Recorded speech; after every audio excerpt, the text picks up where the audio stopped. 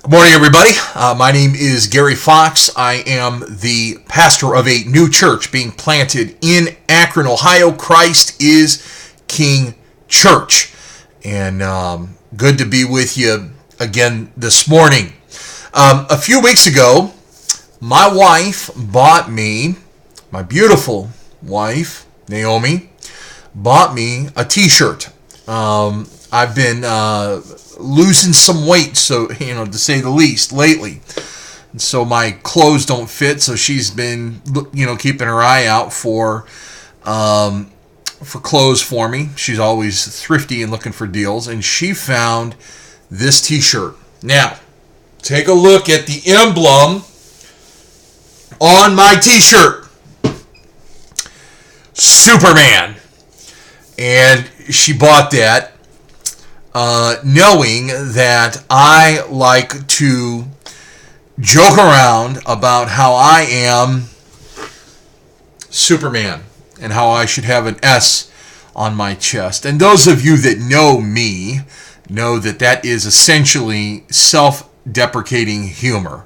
I like to have a bit of a persona where I exaggerate who I am and what I can do, because everybody knows that if it wasn't for her, if it wasn't for my wife, I would be the guy living in a van down by the river. And so I put my t-shirt on this morning. I had some errands to run and doing things, and I was thinking about how thoughts do cross my mind, like, I wonder what message I could be projecting to people that don't know me, wearing a Superman shirt. What kind of an egomaniac am I presenting myself as? And you can imagine that would be something to think about as a pastor of a church. Why would that be concerning? Well, the Bible teaches us that we are to be humble as Christians, that humility is a Christ-like trait that we are to seek after. Humility is not weakness, and I think sometimes that can be misunderstood.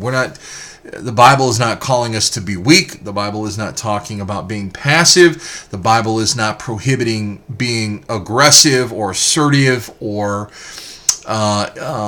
strong. The issue of humility is an issue of rightly recognizing who you are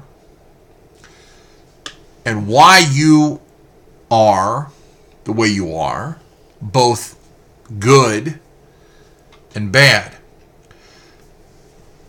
Humility is a recognition that apart from the gracious hand of God, I can do nothing.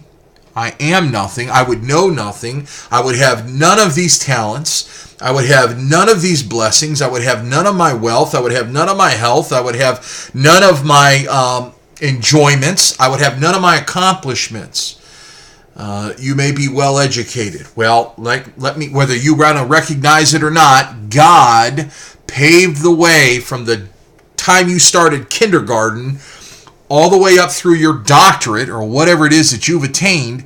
God opened doors, closed doors, brought things, brought people, brought circumstances in your life, and he also withheld circumstances, things and unseen things that you had no way of comprehending. So we are to be humble in recognizing that anything good that we've accomplished, anything good that we've obtained or has been brought into our life by the grace of God. And so therefore, that eliminates any room for boasting.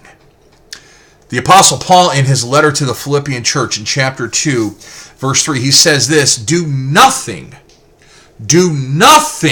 from selfish ambition or conceit, but in humility count others more significant than yourself. Do nothing from selfish ambition or conceit. In humility, count others as more significant than yourself. You can only do that and be obedient to that when you are humble. When you truly believe that you are nothing apart from the grace of God working in your life and on your behalf. If you think you are Superman, then you cannot live the Christian life. Because for the Christian, Jesus is our Superman. He's our Savior. He's our deliverer. He's the one who blesses us. And we get to enjoy those blessings. And we can only do that apart from boasting, apart from conceit, apart from vanity. So that's your encouragement this morning, to recognize that God has been good to you, and you are what you are. You've accomplished what you've accomplished because God has been good to you. Have a good day.